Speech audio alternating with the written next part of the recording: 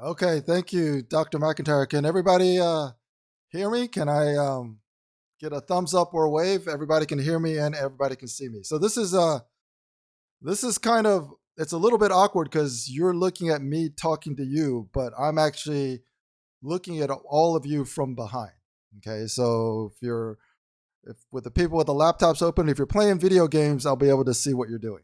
All right, so hopefully everybody's yeah. Yeah, so I'm looking at you from behind, even though you're looking at me directly ahead. So we're going to only spend about an hour together. I know you have a 2 hour class, and one of the things, because I couldn't actually appear live in the classroom like I did in the past, we're still going to try to make this as interactive as possible. So I have a list of um, all the people enrolled in the class, and I'm going to just start calling out names. The microphones in the classroom work very well, so you can just speak at a normal breath, and I should be able to hear you. All right, so I'm just going to go down the list. Let's start, and if I get the names mispronounced, I apologize. But the first person on the list is Emilio Jose. Uh, are you in the classroom, Emilio? Okay. All right. So, why don't you tell me uh, something you know about China, or everything you know about China? What do you know about China? Okay. Thank you, Emilio. So, this is actually the title of the book that everybody's going to receive: Everything We Know About China. And if I'm looking at the names of the people in the classroom, there's actually only one name that might identify as somebody who's actually Chinese. So, other than that one person, I'm assuming none of you are Chinese. If that's a fair assumption to make, we're going to go on that. And basically, everything we know about China for the next 50 minutes, I want you to kind of, I want you to just kind of throw it away. I want you to discard everything you think you know about China. All right. Today, the course is, of course, 6185. We're going to be talking about cross cultural management in China. And this lecture or this talk, I wish I was there face to face, but it's going to be slightly different than perhaps what you're anticipating. If you want to learn more about China, there's a lot of books that you can read, and obviously you can go to Amazon and I'm sure Dr. McIntyre will give you plenty of things to read about China. That's not what we're going to do today. Okay. Um, I want to ask the second person on my list. If I pronounce it wrong, I apologize. Uh, Kenneret Brokman. Oh, that's you. Okay. Um, what is one thing you would like to learn today? If you walk away from this 1 hour keynote, having learned one thing, what do you hope that would be? Okay. All right. So I just want to kind of get a sense of what some of the expectations are. One of the things that I want to do is I want to manage all of your expectations. All right. So this is the thing that I want. So we talk about mindset. This is the thing that I want everybody to be prepared to do over the next hour. Um, what I believe the most important thing I can teach you about China and your future business interactions in China is to teach you about yourself. Okay. I want to try to teach you about uh, how you are different than China, but mainly develop some awareness of what are the differences in how you think and how a counterpart in China might think. And when you are able to understand what those differences are before you even begin your business relationship or negotiations, it has been my experience that that creates a tremendous advantage over the course of what you want to try to accomplish. So, one of the things that we really want to understand is what is the biggest perception challenge we all have. Now, when I say we, I'm not talking about we as Americans or we in this classroom. We're talking about we as a global community. All right.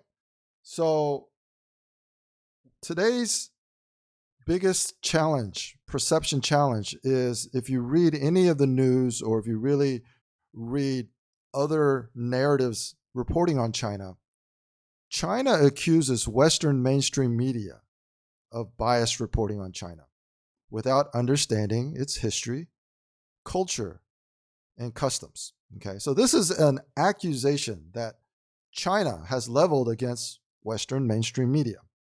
So I'm going to call on the next person on this list. Molly, do you agree with China's assessment of Western mainstream media? Okay, so very good. That's a great answer. So today, what we're going to do is we're going to explore what our media biases and our cultural biases are in the context of whatever objectives we either have today or will have in the future as regards to our cooperation with Chinese people and working with Chinese companies and Chinese stakeholders. Okay, so that's what we're really going to try to do. In other words, this is what I'm talking about when we say a mindset for China business. Are we aware of where we're getting our information? And are we aware of what cultural biases that information creates and how that actually may harm our ability to work more constructively with somebody who is also biased, someone who is also consuming what can also be classified as their state controlled media propaganda. But regardless of whether their consumption of news and information is accurate, they have a worldview and they have a way of thinking that ultimately we have to learn to cooperate with. All right. So, for your attention today, I'm going to give you a promise. And my promise is this: I want to try to stimulate and trigger your curiosity. Okay. It doesn't matter how many books you've read about China, it doesn't matter even what you believe about China. I want you to walk away from today's keynote with a little bit more curiosity of the things you don't know. All right. So the other term for that is unknown unknowns. So I'm going to go to the next person on the list, which is Sean Buckley. If I want to take the word curious and give it and find its antonym, what is the opposite of curious? Is Sean there? Okay. What is the what's the opposite of curious? What's the antonym of the word curious? All right. So since Rachel's not there, I actually went into the kind of the online dictionary. So the opposite of curious is uninterested. Okay. So we have to kind of go back to when we were children and we were curious about everything, especially everything new, everything that's different. And then as we become more mature and we have greater conviction in our worldview and what's right and what's wrong, then we start to be less curious and ultimately we become uninterested. Okay, so for me, the opposite of curious is uninterested. Now, the next word is curiosity. All right, let's see. Is John Flowers in today? All right, John, can you give me the antonym? What is the opposite of having curiosity? About, about indifference. Okay, that's good. How about in terms of curiosity about someone from another country who has a different value system, has a different culture, and thinks differently? If you lack curiosity about them, what is the opposite of that? Closed-minded. That's very good. Closed-minded. So the word that I came up with, the opposite of being curious about somebody who comes from a different country, who has a different system of values, is judgment.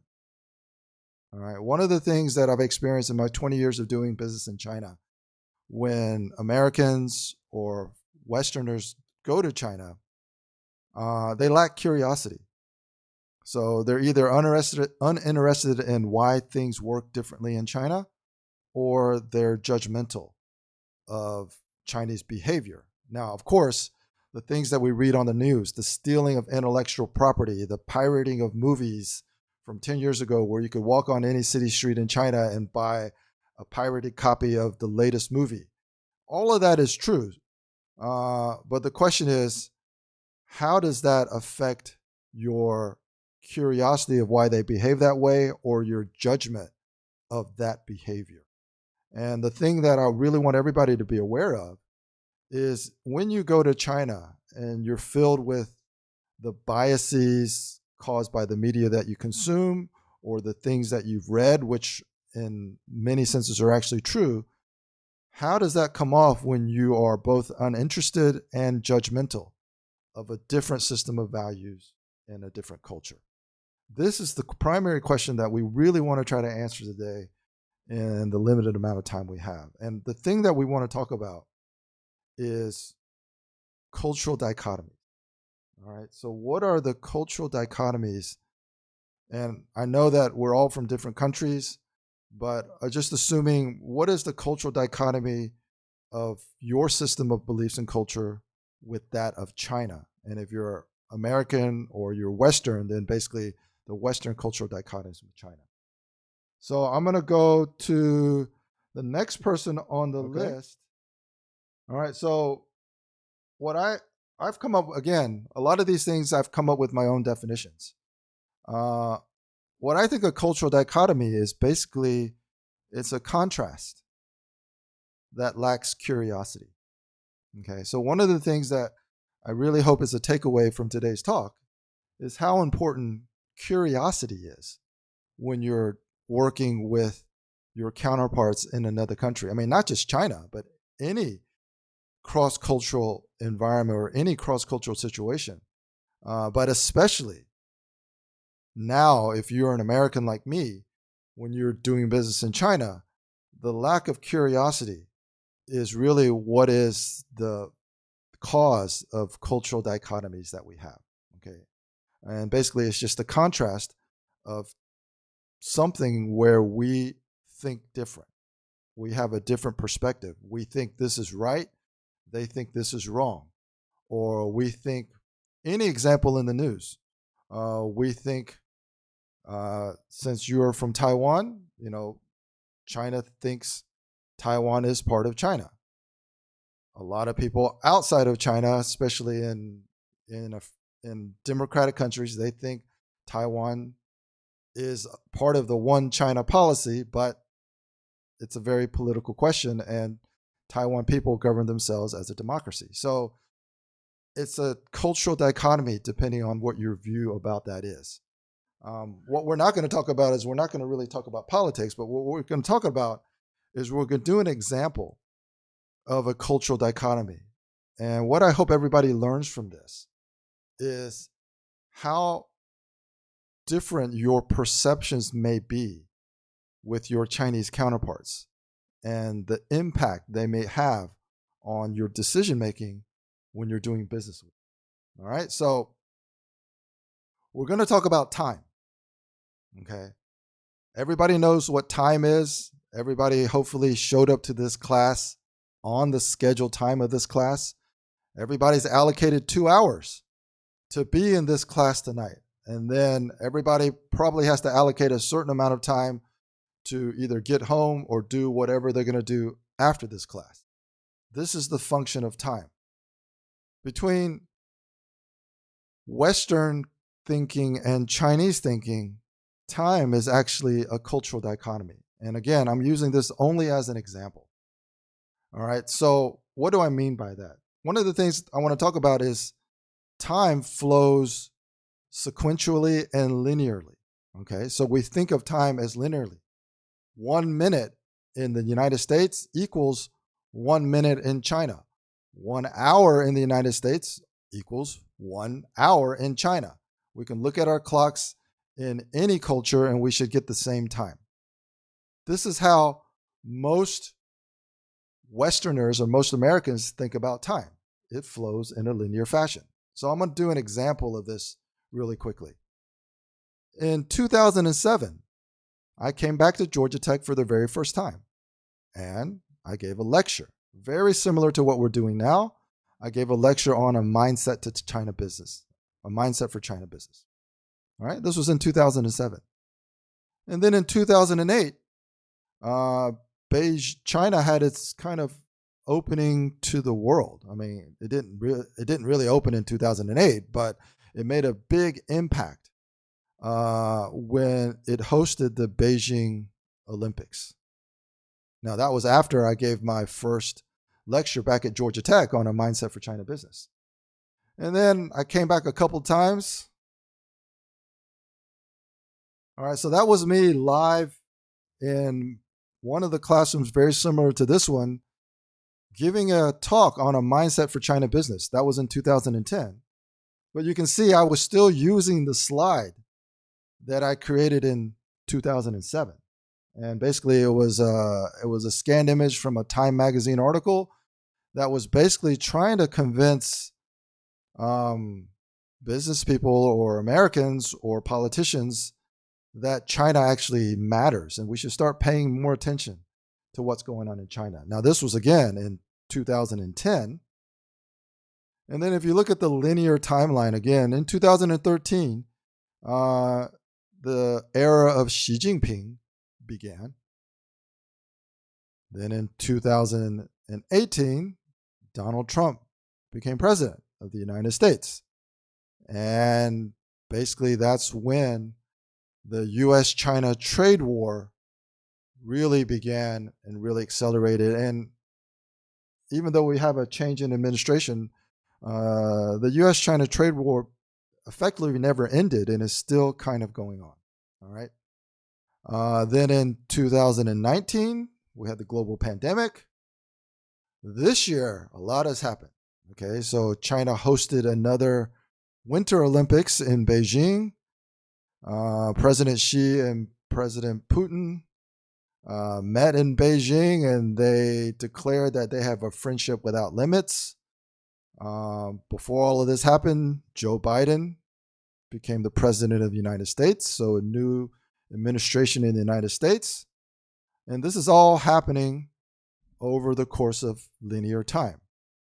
Then later on this year, we started the war in Ukraine began, and I think it was just last month that the Speaker of the House visited Taiwan.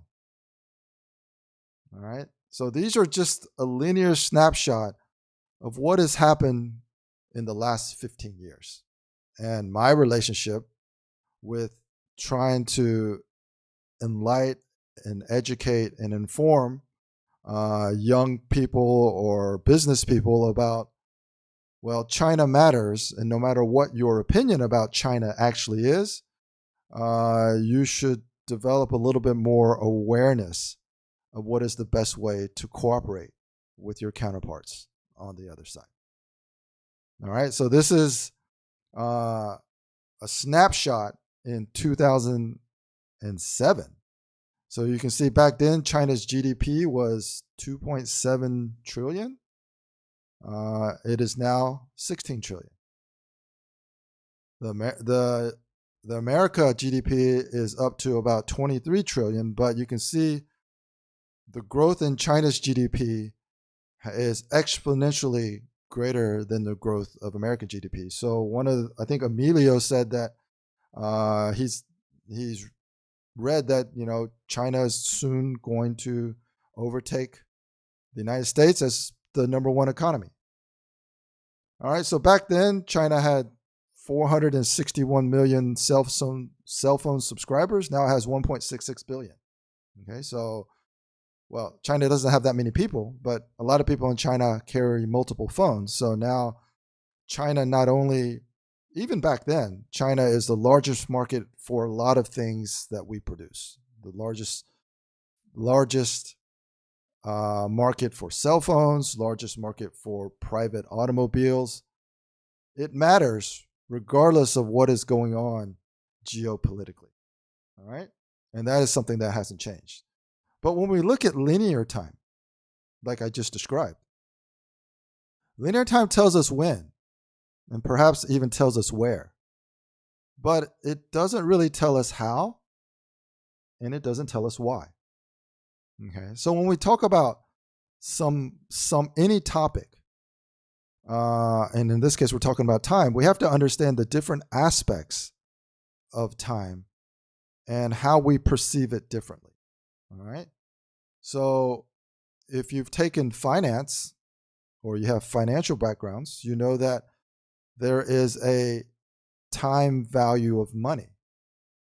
All right. There's a dollar today is worth more than if I were to promise to give you $1 in 10 years, because the net present value of $1 10 years from now is less than $1 today. Okay. So finance also has a component of time. And if you have a financial background and you are talking with someone who has no concept of finance, then it's a very difficult conversation. There's also emotional time. Okay, how patient are you with certain people? All right, how much patience do you have? How long are you willing to wait when somebody is late? There's psychological time. All right, psychological time is how long do you think certain things should take? Right? For example, if I give you an assignment, I say, I think this should take you no more than a day. But as the person who's actually doing the assignment, you may feel that, well, I think I need a week to do that. Okay, so how long something should take, a lot of times it's psychological. Depends on where you sit and what your position is in the dynamic of two people trying to agree how long something should take. The amount of time that it should take is different. And then there's relative time. Relative time is some things can take longer for different people. For example, if I'm waiting for a friend to meet somewhere, I may be very upset if he's late. But if I'm waiting for my wife, I may give her more time because I need to be more understanding of her being late. Okay, so that means the amount of time that I'm willing to wait is not fixed. It's relative. It's relative to who I'm actually waiting for. All right, so that's a very important thing to be aware of, that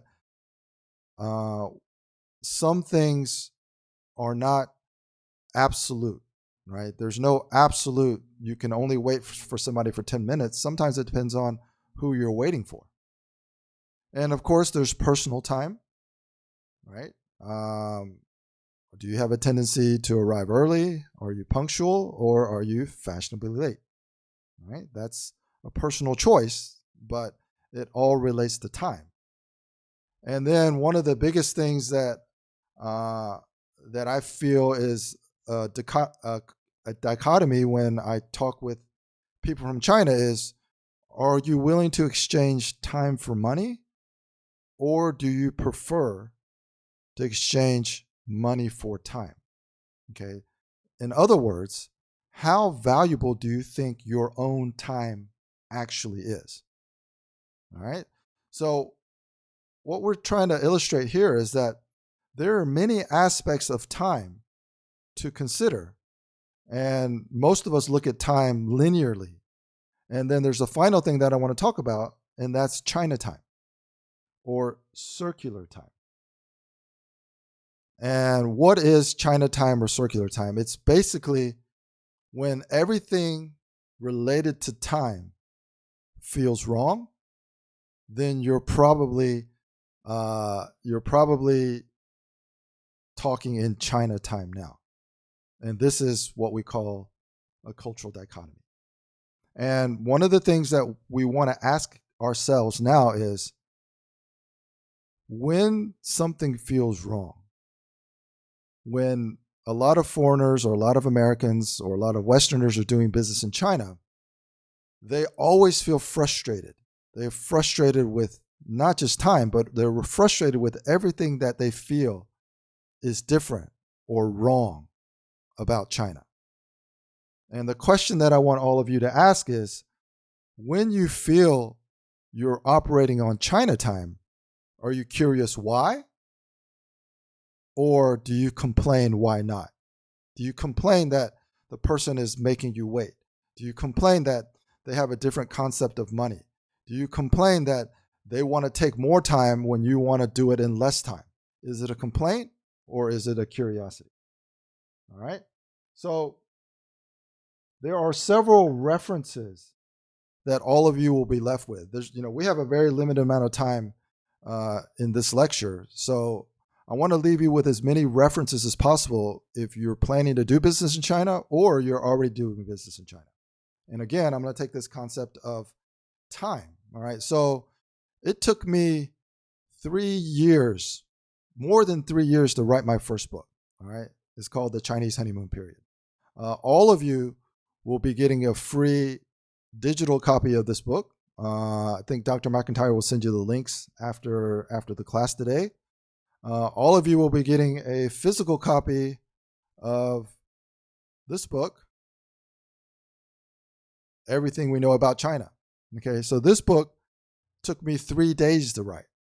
Okay, this book is actually a journal, and it basically it's almost like I discovered this book, Everything We Know About Women, and it's written for men, and it's basically to tell men that we know nothing about women. So it's a blank book. Everything we know about women is a blank book. So what I did is I thought that this is a very similar concept of we generally as Americans, everything we know about China is also blank. We've consumed a lot of news. We've read a lot of information and statistics about China, but essentially we don't really know anything about China. So when you get this book, it's actually a blank book. It's to be used as a journal to help you on your learning journey as you're starting to develop more experience cooperating and working with your counterparts in China. And then I'm working on my next book called The Chinese Honeymoon Period. Hoping that book will be finished in November. So that's a 3-month process to write that book. This is the page that everybody will get. Okay, so when you get to this page, there's a download link where you can download the book, The Chinese Honeymoon Period. You can download all of the slides today. Last year when I came back to Georgia Tech, I actually gave a more traditional type lecture, which included a workbook and a bunch of questions. And there's 2 videos for last year's lecture and a workbook if you want to do the exercises and really learn more about doing business in China and developing a mindset for China business. Everything is available in this download page that you're all going to. All right, so we got about 20 more minutes. I'm going to go for about 10 more minutes, and then I'm going to open it for Q&A. When we look at this linear time graph again, point A to point B, I want everybody to also think about a different way of looking at point A and point B. Another way to look at this is reality A and reality B. So if you've ever been doing business in China, you have ongoing business activities in China, you actively travel to China and work with people in China, if reality A includes any of these aspects, there's mistrust. You're frustrated with certain aspects of how Chinese people conduct business. You feel like a lot of the conversations you have with them are very circular. You don't like the vague answers you get. You don't like when you ask them a question and they're silent. They don't like to give you an answer. You don't like the corruption. You're afraid that whatever you do in China is going to get stolen, and you have certain business practices that you want to try to maintain, but you feel that there's a lot of corruption going on in China. That's reality A. The question is, how do you get from reality A to reality B? Of course, reality B is something that's much more pleasant, much more productive, and much more profitable if you're talking about business. You have greater synergy. You have greater alignment. You have greater trust. You have greater cooperation. you're working better together, and ultimately you have better success. All right. So the question that we all want to answer in our careers professionally is, when we're doing business across cultures, how do we get from reality A to reality B? Now, one of the things that I like to do is I like to look at what questions people are asking to understand where their biases might be and where their misperceptions might be. So this is a question that I found on Quora. What powerful trick is used by Chinese negotiators to get what they want? Okay, so obviously this is someone who's negotiated in China, was very frustrated with the process, and actually didn't really get what they wanted, or they got what they wanted, but then the outcomes left them disappointed. All right. There are 3 words that I want everybody to remember as kind of the key learning points of what we're talking about today. One is China, one is myth, and the other is dilemma. All right. So when we talk about China, what we want to do is we want to recognize that if you're not Chinese, then there's a different set of values, priorities, expectations, and behaviors. Again, these are what we call cultural dichotomies. Time is just an example of a cultural dichotomy. And then again, it's basically it's a contrast that lacks curiosity. As far as the myth, okay, so myths are products of our misperceptions, our unknown unknowns. These are things we don't know. And false knowns. These are things we think are true, but are actually false in a different cultural context. Some people refer to this as myopia when you're doing business across cultures, but I think it's just a lack of awareness, a lack of cultural awareness, also a lack of self-awareness. And the final is dilemma. This is one of the things that everyone that I've ever encountered in China, in my 20 years of doing business there, everyone will ultimately reach some kind of dilemma. Okay.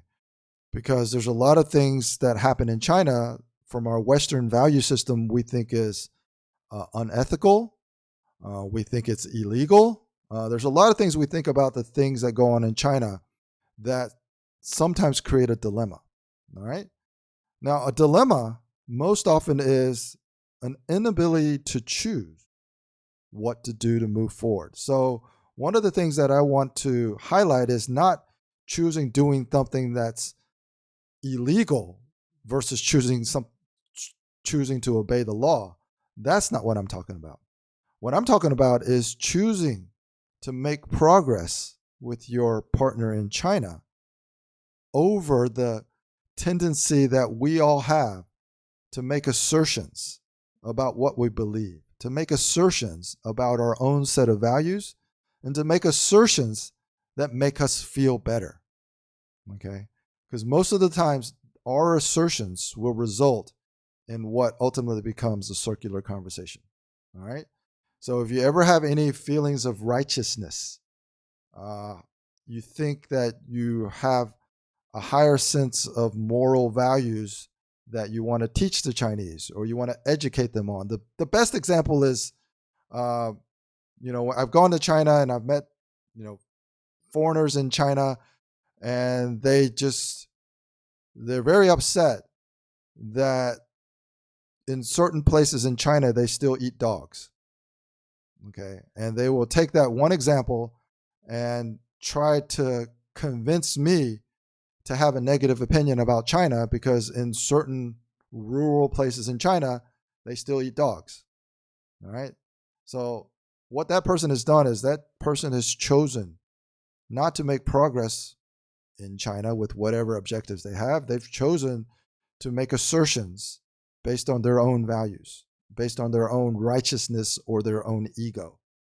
And while I'm not saying there's anything wrong with that, having principles or taking a stand, what I'm saying is when you go to China, you just need to be aware of the trade-offs. Okay, when you decide to take a moral stance or you try to, something doesn't feel right and you feel like you just have to say something, That's a choice that may end up hurting your cooperation when it may not be necessary. I just want to make sure that everybody understands they have a choice. All right.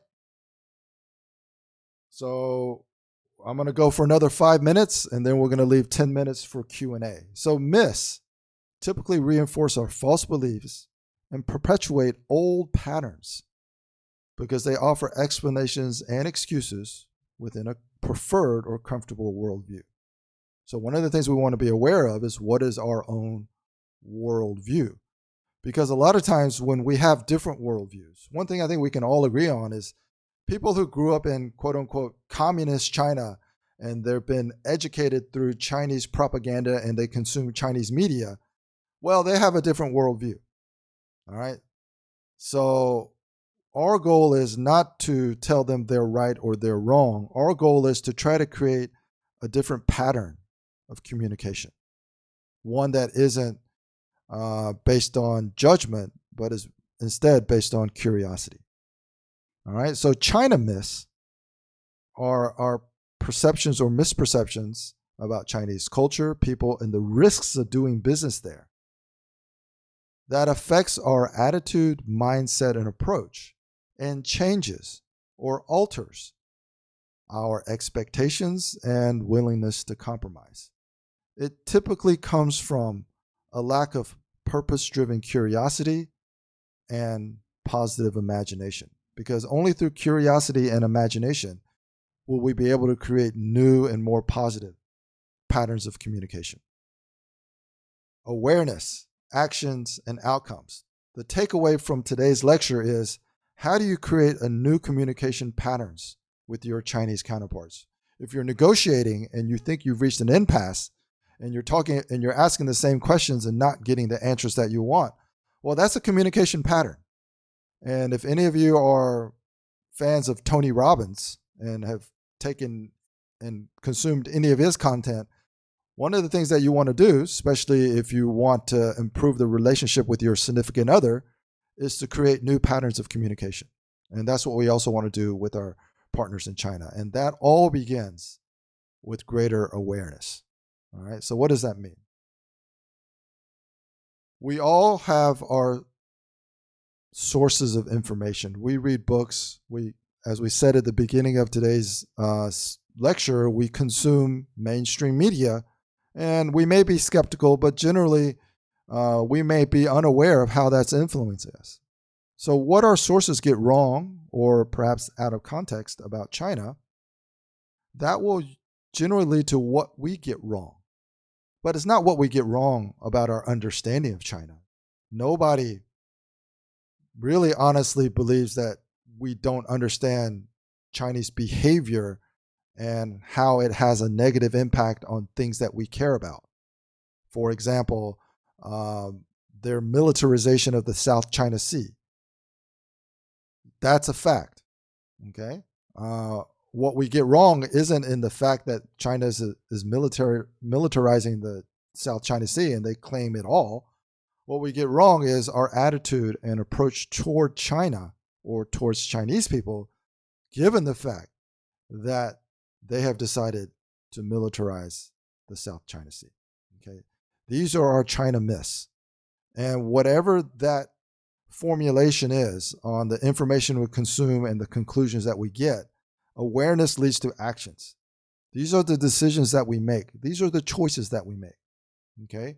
And the actions that we make based on the awareness that we have leads to the outcomes we're able to achieve, which in that previous chart is reality A. And one of the things that we all need to be aware of is that if something bad happens, you have a negative experience with China. I've had a lot of negative experiences with China. I've had channel partners who have registered my trademarks, have copied my products, created fake labels, and sold fake products. They were originally my distributors and they eventually became my competitors. I've had a lot of those types of experiences in China. And what happens is, if you're not aware of your cultural biases, this action and the outcomes become a negative, self-fulfilling prophecy loop. If anybody's a fan of The Secret, the universe is listening. So if you have a negative opinion about about your partners in China or Chinese people in general, it will become a negative, self-fulfilling prophecy because the universe is listening. You have to change the words that you use about China in order to change the reality. And what we want to try to do is we want to try to, like Julio said at the very beginning, or I can't remember who it was, but to have a little skepticism, to have a little bit more curiosity, to listen to your Chinese partners and your Chinese people and try to get a little better sense of what the realities are in China for Chinese people with the people that you're working with. How can that affect your attitude, mindset, and approach, and how you can actually create a reality B. Reality B is obviously more constructive cooperation, greater synergy, and then, of course, that is all based on creating new and more positive communication patterns. If you have the same argument and the same disagreement and the same conversation over and over again, you're going to have the same outcome. So our goal is to be able to create those new patterns of communication. All right. So to see who has been paying attention today, this is the last question. I'm going to call on Rita Reynolds. And the question, Rita, is what is the best way to develop and project to your partners or the people that you're working with in China? What is the best way to develop and project a better attitude towards them? All right. Let's see. Kate, would you like to help Rita out? Do you know the answer? Huh? That's right. Just be curious. All right. In my book, I use the term purpose-driven curiosity. And the reason I use purpose-driven curiosity is because curiosity is your best guide to doing business in a foreign culture. There's not a single book or a single person or a single expert who can tell you everything you need to know before you go to China. Okay, but if you go in there with purpose-driven curiosity instead of judgment, then you're going to have a much, much, much better experience. All right. So the book that everybody will eventually get is called Everything We Know About China. It's actually a blank book that has 11 chapters with blank pages. All right. And the blank pages have sections. The sections involve empathy, involve awareness, and it basically is before we judge Chinese people for being dishonest, let's be curious how Chinese people define truth, how Chinese people develop trust. Is it possible to prevent quote-unquote corrupt behavior in China? Why is developing Guanxi so important in the Chinese cultural context? If I'm talking to a Chinese employee and we want to try to analyze a mistake, why do they become silent? Why do they tell white lies? Okay, so this book is a journal. It has sections, but it has a lot of blank pages. And if any of you have aspirations, well, currently it's COVID, so nobody's traveling to China anytime soon. But if you want to do business in China and you want to partner with Chinese people, this book can give you a journal to develop a lot of the things that I think are important, which is curiosity. And now we have about 5 minutes left, maybe 10 minutes, depending on Dr. McIntyre's schedule. Now I'm opening the floor for questions. And yeah, what are you most curious about regarding China? I tried to not to bombard you with a lot of facts.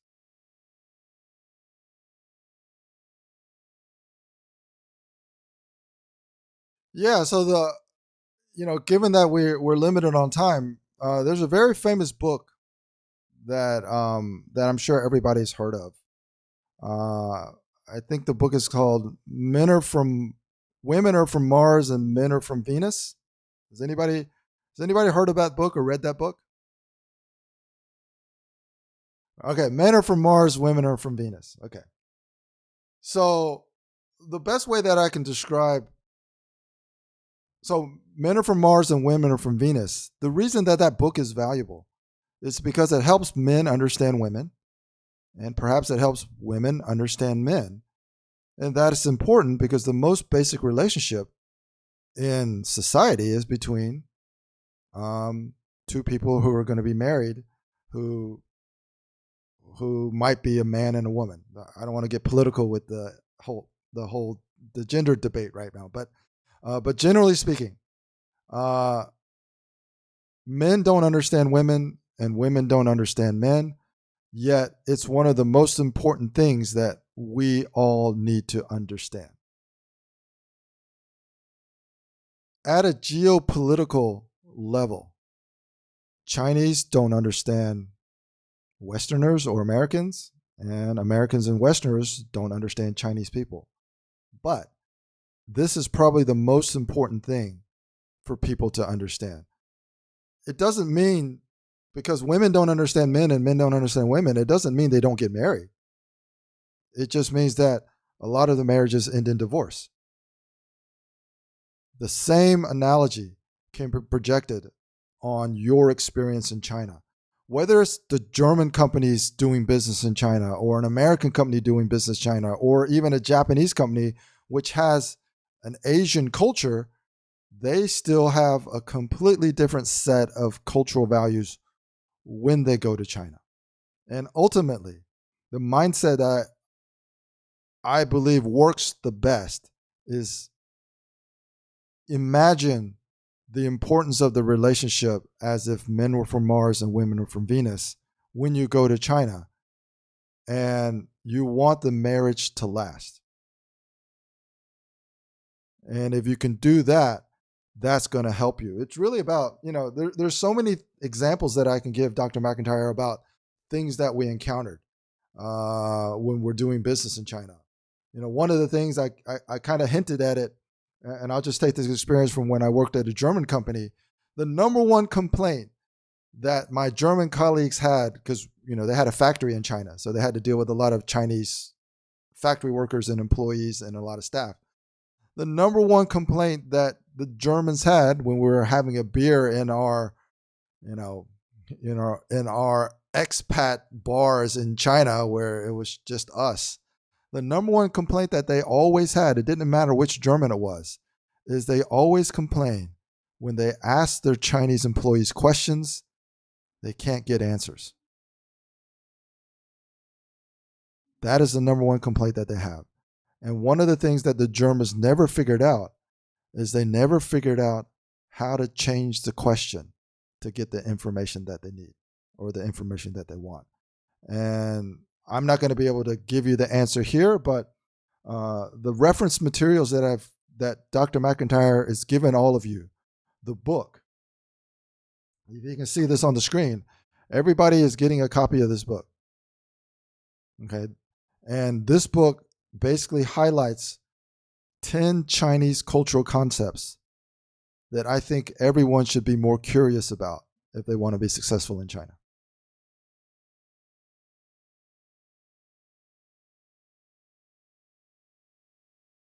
Yeah, well, I once was a consultant in China, which means I was hired for these very long projects. The last project I was on was 40 weeks. I was assigned to work in Nanjing, China at Sinopec. Sinopec was in a joint venture with a Dutch company. Sinopec is the Chinese state-owned enterprise. They were in a joint venture with a Dutch company, DSM, and we were hired as consultants to help them create new business processes, measure the KPIs, and achieve a different set of results. And the biggest challenge, it was all cultural. One of the things that we had to do is we spent a lot of time trying to teach Chinese people how to quote unquote have effective meetings. And we spent a lot of time trying to teach Chinese people about RACI, who's responsible, who's accountable, who's to be consulted, who's to be informed. It was a very traditional consulting project where you analyze the existing business processes, you figure out what needs to be changed, and then you try to implement new ones. And then you need to get everybody in the organization who's part of the process to actually change behavior. That is almost impossible from the traditional standpoint. I'm trying to make this story as short as possible. They do this global project every year at all of their sites. They have 3 major sites, one in China, one in Europe, one in the United States.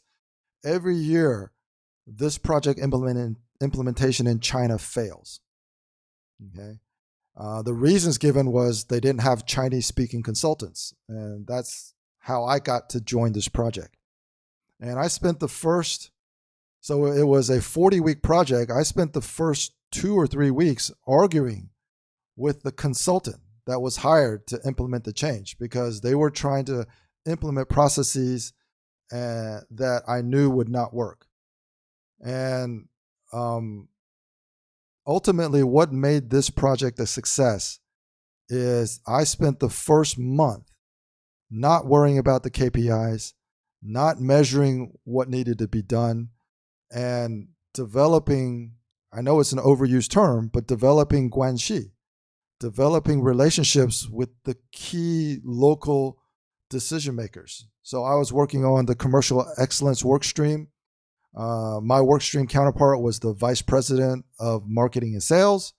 What I would do is I would spend every day in her office drinking Chinese tea and just talking about anything and everything. And after I gained her trust, then the project kind of ran itself, because what we ended up doing is, instead of the Western consultants coming in and designing something and implementing something, we incorporated what the local vice president of marketing and sales wanted to achieve into our project deliverables. And she ended up managing everybody's behavior. And that made my job a lot easier. So that was a long-winded answer, but the focus is, it's maybe a cliche for anybody who's doing business in China, but if you focus on the Guanxi, which is the relationship you have with your Chinese counterparts, that will completely change the dynamic of your relationship. It will change the patterns of communication, and the trajectory of what you're able to accomplish will go in a positive direction as opposed to a negative direction. The reason why we in the West have so many horror stories about partnerships and deals and things that have gone bad in China, it's not because they start off bad. And it's definitely not because Chinese people entered into the relationship planning to steal or do something corrupt. It's because the foreign partner didn't respect enough the importance of cultivating the Guanxi relationship in China. And that's why eventually things start going bad.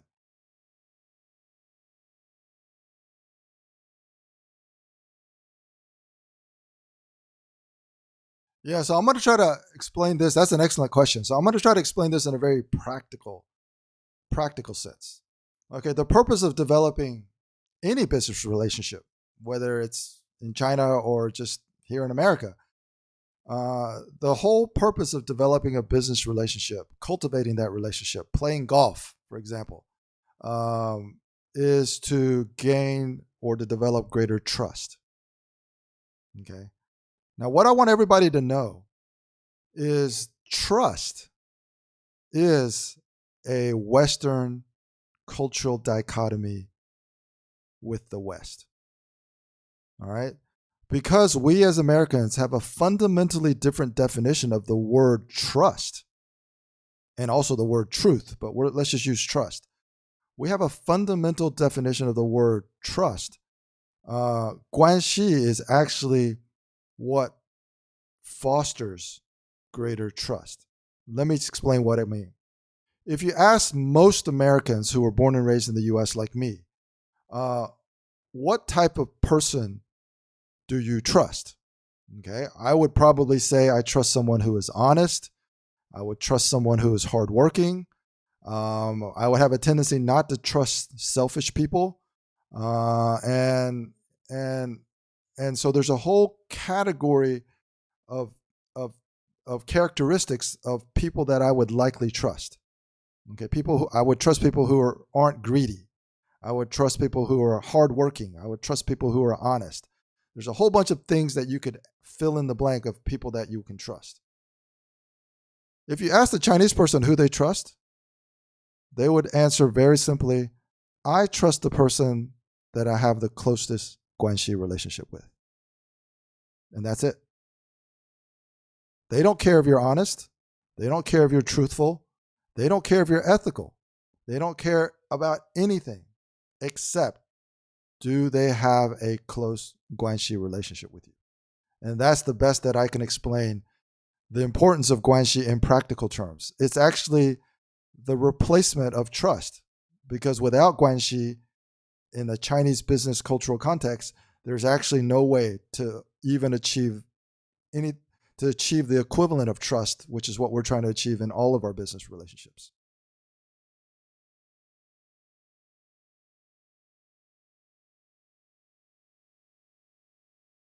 Well, I would actually answer the question this way. So the Western answer is yes, it's possible. And the reason that it's possible is because it's possible once you understand what Guanxi is and how Guanxi works in the cultural context of China. So Guanxi is not important in the fact that it needs to be developed in order to have a successful partnership. Guanxi is something that actually has to be maintained over the lifetime of the partnership. What Guanxi actually, if you were to describe what are the behavior patterns of two people who have close Guanxi relationships, the behavior patterns would be the continuous exchange of goodwill and reciprocity. So developing Guanxi basically just means you've started to exchange goodwill. You've made some goodwill gestures to the person that you want to collaborate with, and they've reciprocated. Once that exchange has happened, then Guanxi has been established. Okay, the reason that a lot of relationships in China fail isn't because the business or the company or the representative didn't develop Guanxi. It's usually because they didn't maintain the Guanxi. Because it's not something that you have it, okay, then we can start working together. It only works if there is a continuous exchange of goodwill and reciprocity. So if you have a business relationship with someone in China, you've made a few business trips there to develop that Guanxi relationship, you have to make trips regularly, and you have to find creative ways to demonstrate your gesture of goodwill. And every time you do that, your counterpart in China, because it's deeply embedded in their cultural mindset, they will always reciprocate. Okay? If the Chinese person feels that you've given more goodwill than they've been able to reciprocate, they will feel they owe you, which gives you a tremendous advantage when you want to ask for a favor or you want to make an adjustment to what you had previously asked them before. The more that it's like a goodwill, the exchange of goodwill is like a currency, it's like a bank account. Okay. It's like a checking account. Okay. And goodwill is the currency. And your partner in China has a account and you have an account. And the key is not to have an account that has a lot of money in it. The goal, and it's also not, it's also bad, obviously, if you have an account that doesn't have any money in it. But the goal is to keep the accounts roughly at the same equilibrium or in balance, and to make frequent deposits and withdrawals. Frequent deposits and withdrawals in your goodwill account. That's the way to sustain and maintain Guanxi. So I hope I hope that's an answer to your question. The literal answer is yes, but it has caveats. It doesn't really mean anything if you're able to develop Guanxi in 3 weeks. It only matters what you're able to do with it and if you're able to sustain it over time.